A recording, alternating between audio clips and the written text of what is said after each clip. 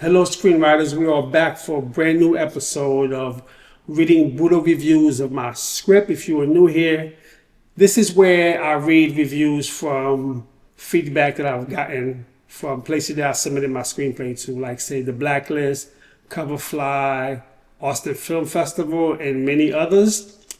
These screenplays, I have to say, are where when I was first starting out and my writing wasn't that great. That's not to say I don't receive brutal reviews today. Trust me, I still do. And this particular review that I'm going to be reading is from the script that I wrote called Josephine. This was my first attempt at writing a love story, so to speak.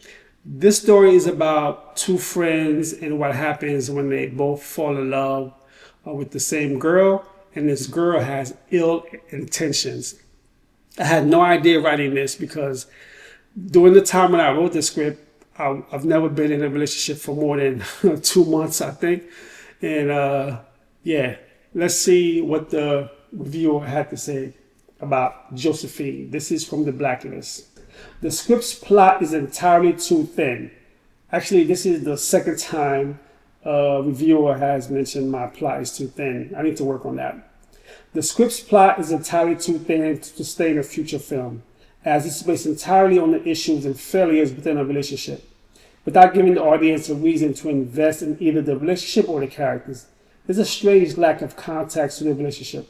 Chris's blatant behavior at the party seems to come on so easily and unprompted that it's hard to believe this is the first time it's happened. Yet, Josephine claims it's a side of him she never knew existed. If this is in fact brand new behavior, the script has no interest in exploring why the sudden change. Much of Stephen's scenes also don't serve the main plot. And in fact, the entire plot seems to be a setup to the final dramatic ending.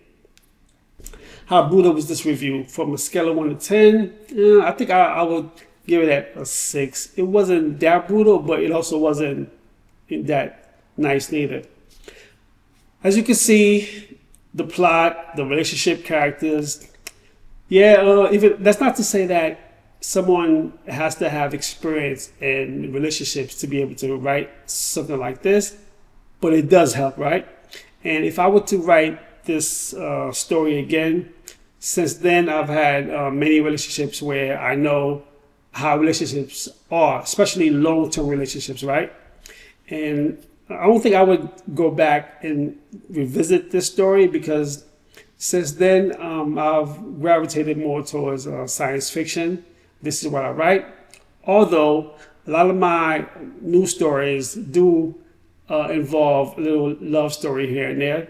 I've since have the experience where I feel that I'm comfortable enough to write a love story, whether it be a love triangle or whatever, right? Because I have the experience.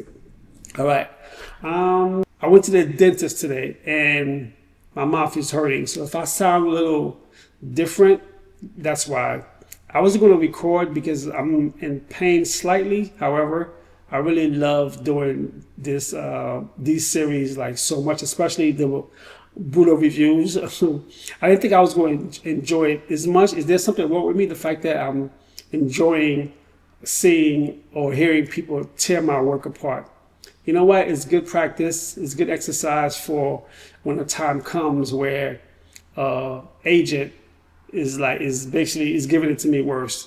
Pause. Don't quote me on this. I'm pretty sure Aaron Sorkin, yes, he even gets notes. It's probably not anything as bad as this, but trust me, I'm pretty sure Aaron Sorkin get notes too. I'm just saying. Thank you so much for watching, and make sure you like and subscribe, and go to Stratword.com to write your screenplay and have fun. Fade out.